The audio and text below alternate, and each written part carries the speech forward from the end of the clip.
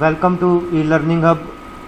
So in this video I will discuss the important UGC NET research aptitude questions.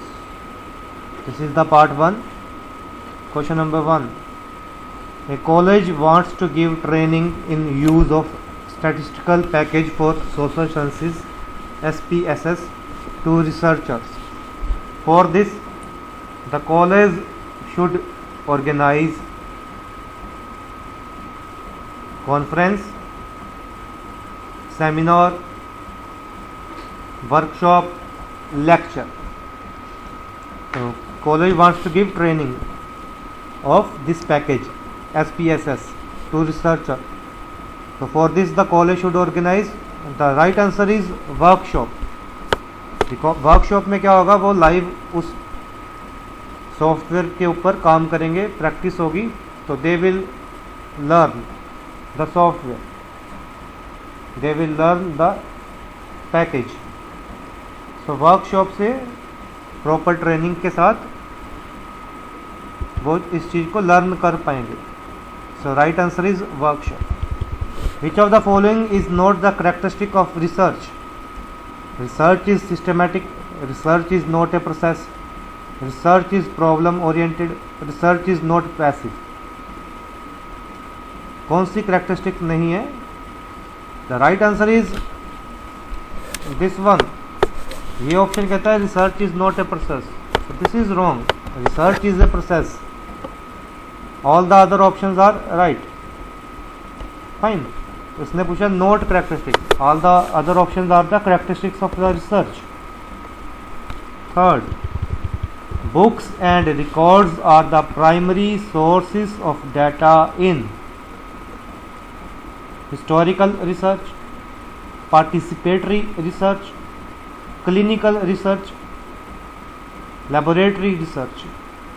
Books and records are the primary sources of data in. The right answer is books and record. Already information available है, secondary data. लेकिन वो primary sources of data कहाँ पे बनेंगे? अगर हम research कौन सी कर रहे हैं? We are doing the historical research. तो historical research की information तो books या records से ही मिलेंगी. तो historical research में वो primary sources of data बन जाएंगे. Fourth question. The important prerequisites of a researcher in sciences, social sciences and humanities are. The important prerequisites कौन कौन सी हैं of a researcher in sciences, social sciences and humanities are. These are the supervisor, topic, critical analysis, patience. So option B is the right answer. Fifth question. Which of the following statement is not true in the context of participatory research? Options are: it recognizes knowledge as power, it emphasizes on people as expert, it is a collective process of inquiry, its sole purpose is production of knowledge. तो कौन सी true नहीं है in the context of participatory research? अब ये option देखो, कहता है कि participatory research sole purpose is production of knowledge, सिर्फ यही उसका पर्पस है. तो this statement is not true in the context of participatory research. Option 4 is the right answer. A researcher is interested in studying the prospects of a particular political party in an urban area. क्या किसी particular political party का urban area में क्या prospect है? तो which tool should he prefer? Rating scale, interview, questionnaire, schedule. Urban area में इसने study करनी है prospects of a particular political party. तो कौन सा टूल सही रहेगा? क्वेश्चनर सही रहेगा. क्वेश्चनर में क्या है, जैसे एक सर्वे फॉर्म बना के फिल करने को दे दिया, फिर उसको एनालाइज करके डाटा कलेक्ट किया. ठीक है. Next, ethical norms in research do not involve guidelines for. Ethical norms कौन सी गाइडलाइंस नहीं प्रोवाइड करते? Copyright, thesis format, patenting policy, data sharing policy. तो एथिकल नॉर्म्स में थीसिस फॉर्मेट की गाइडलाइंस नहीं होती, बाकी सभी की गाइडलाइंस होती हैं। ठीक है, तो दीज इसने पूछा डू नॉट इन्वॉल्व गाइडलाइन, तो thesis format is the right answer. A researcher intends to explore the effect of possible factors for the organization of effective midday meal interventions. Which research method will be most appropriate for this study? ठीक है, किस चीज़ को explore करना है? Effect of possible factors for the organisation of effective mid day meal intervention. तो कौन सा research method appropriate रहेगा? Right answer is option 4, ex post facto method. Next question, which of the following is an initial mandatory requirement for pursuing research? Initial requirement कौन सी है जो mandatory है अगर रिसर्च करनी है तो? Developing a research design, formulating a research question, deciding about the data analysis, formulating a research hypothesis.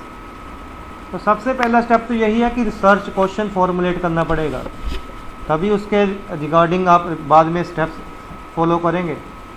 है जैसे रिसर्च क्वेश्चन पहले फॉर्मुलेट कर लिया, फिर hypothesis, data analysis, research design, ये तो बाद की बातें हैं, है ना। तो first mandatory requirement, initial requirement is option number 2, formulating a research question. The format of thesis writing is the same as in, thesis writing का फॉर्मेट सेम रहेगा जैसा कि किसमें होता है? In the preparation of research paper article, writing of seminar presentation, research dissertation, presenting a workshop, conference paper. The format of thesis writing is the same as in option number 3 is the right answer. In qualitative research paradigm, which of the following features may be considered critical? Data collection with standardized research tools, sampling design with probability sample techniques, data collection with bottom-up empirical evidences, data gathering to take place with top-down systematic evidences. So in qualitative research paradigm, which of the following feature may be considered critical? Critical कौन सा feature है? Data collection with bottom-up empirical evidences. Option number 3. The principal of a school conducts an interview session of teachers and students. Interview session उसने conduct किया teacher और student के साथ, with a view to explore the possibility of their enhanced participation in school programmes. This endeavour may be related to which type of research? किस type of research है ये? Interview conduct किया principal ने ताकि possibility explore की जा सके of the enhanced participants in school programmes. किस टाइप की रिसर्च है ये? Evaluation, fundamental, action, applied. This is the action research. Fine, option 3 is the right answer. In doing action research what is the usual sequence of steps? Action research में कौन से steps होते हैं? तो उसमें सबसे पहले प्लानिंग होती है, फिर उसके ऊपर एक्ट किया जाता है, ऑब्जर्व और फिर रिफ्लेक्ट. तो plan, act, observe, reflect. Option 2 is the right answer. Which sequence of research steps is logical? कौन सा सीक्वेंस है? तो रिसर्च के कौन से स्टेप्स हैं? देखो, सबसे पहले प्रॉब्लम को फॉर्मुलेट किया जाता है, फिर उसके बाद हाइपोथेसिस, ठीक है, उसके बाद रिसर्च डिज़ाइन की डेवलपमेंट होती है, फिर डाटा को कलेक्ट किया जाता है, उसके बाद डाटा जो कलेक्ट किया उसको एनालाइज किया जाता है, उसके बाद जो भी डाटा एनालाइज करने के बाद, रिसर्च करने के बाद जो भी जनरलाइजेशन है उसकी फॉर्मुलेशन होती है, और देन कंक्लूजन. ठीक है, तो पहले स्टेप में क्या है, प्रॉब्लम फॉर्मुलेशन के बाद क्या हो रहा है, एनालिसिस। ये तो सीधा ही गलत हो गया। दूसरे में क्या हो रहा है, पहले ही रिसर्च डिज़ाइन बना दिया, प्रॉब्लम फॉर्मुलेशन बाद में, ये भी गलत है। ठीक है, अब इसमें फोर्थ स्टेप में क्या है, प्रॉब्लम फॉर्मुलेशन के बाद डिसाइड किया जा रहा है कौन सा डाटा कलेक्शन टूल है, हाइपोथेसिस बाद में है, तो ये भी गलत है। Option 3 is the right answer. The issue of research ethics may be considered pertinent at which stage of research? Research ethics, ठीक है, कौन सी स्टेज पे pertinent है, ठीक है, कहाँ पे इसकी ज़्यादा इंपॉर्टेंस है। रिसर्च एथिक्स, रिसर्च एथिक्स कौन सा थे, कॉपीराइट इशू हो गया, जैसे पेटेंट किसी का तो नहीं है ये, तो वो तो तभी होगा जब हम डाटा कलेक्शन करेंगे। ठीक है, so at the stage of data collection. ठीक है जी, next question, in which of the following reporting format is formally prescribed? Conference, doctoral level thesis, workshop, seminar, symposia. Reporting format is formally prescribed in doctoral level thesis. Next, which of the following research type focuses on ameliorating the prevailing situations? Fundamental research, applied research, action research, experimental research. So its right answer is option number 3, action research. A researcher attempts to evaluate the effect of method of feeding on anxiety proneness of children. Which method of research would be appropriate? Case study, experimental, ex post facto method, survey method. So its right answer is option number 3, ex post facto method. In which of the following arrangements a wider spectrum of ideas and issues may be made possible? Wider spectrum of ideas and issues. Research article, workshop mode, conference, symposium. So right answer is conference, option number 3. Which of the following is susceptible to the issue of research ethics? Inaccurate application of statistical techniques, faulty research design, choice of sampling techniques, reporting of research finding. So its right answer is option 4, reporting of research finding. Next, which of the set of the activities best indicate the cyclic nature of action research strategy? ठीक है, तो कौन सा होता है वैसे इसका steps? तो सिंपल सी बात है, सबसे पहले प्लान किया जाता है, फिर उसके ऊपर एक्ट किया जाता है, फिर जो भी एक्ट किया उसको ऑब्जर्व किया जाता है और देन रिफ्लेक्ट, फाइनली उसको रिफ्लेक्ट। तो option 4। Which of the following sequences of research steps is nearer to scientific method? Scientific method में कौन से स्टेप्स होते हैं? ठीक है, इस चीज़ को भी ध्यान से देखना। तो चाहे कोई भी मेथड है, देखो सबसे पहले तो क्या है, प्रॉब्लम को डिफाइन करना चाहिए,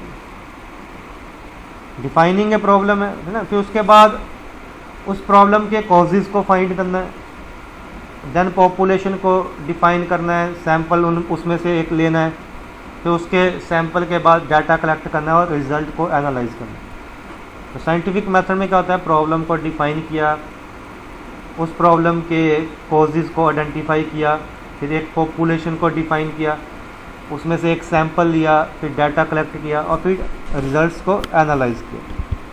ठीक है, तो इसके अकॉर्डिंग क्या है कि देखो पहला क्या है, suggested solution of the problem. ये तो पहला ही गलत हो गया कि हम परसीविंग द प्रॉब्लम सिचुएशन, सीधी सी बात है कि पहला स्टेप क्या होना चाहिए, प्रॉब्लम को डिफाइन करना, तो वो इसी में ही है, थर्ड ऑप्शन में। बाकी ज़्यादा चक्कर में पढ़ने की ज़रूरत ही नहीं है।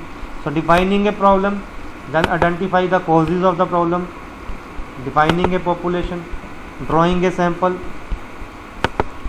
Collecting data and analysing result. कई बार ऐसा क्वेश्चन भी आता है, स्टेप्स दिए होते हैं, फिर आपको बोला जाता है इनको अरेंज किया जाए, तो इस चीज़ का ध्यान रखना है, ठीक है। तो ऐसे क्वेश्चन नेट में आते हैं कि स्टेप्स को अरेंज करो, या स्टेप्स पूछ लिए जाते हैं कौन से हैं।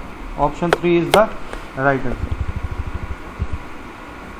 The problem of research ethics is concerned with which aspect of research activities. Option हैं following the prescribed format of thesis, data analysis through qualitative or quantitative techniques, defining the population of research, evidence based research reporting. The problem of research ethics is concerned with evidence based research reporting. In which of the following activities potential for nurturing creative and critical thinking is relatively greater? Potential for nurturing creative and critical thinking. Creative और critical thinking कब आएगी, जब कोई workshop में participate करेगा। सो participation in workshop, इस चीज़ का याद रखना है। Creative and critical thinking by participation in workshop. Next question, prime minister research fellowship is for students pursuing PhD programme in. Prime minister की रिसर्च फेलोशिप स्कीम किन students के लिए है? For students pursuing PhD programme in. Options हैं state and central universities, सभी universities के लिए हैं, चाहे स्टेट या सेंट्रल, जहाँ फिर सेंट्रल यूनिवर्सिटीज़ और सभी इंस्टीट्यूट्स के लिए IISc, IIT, NIT, IISER, IIITs,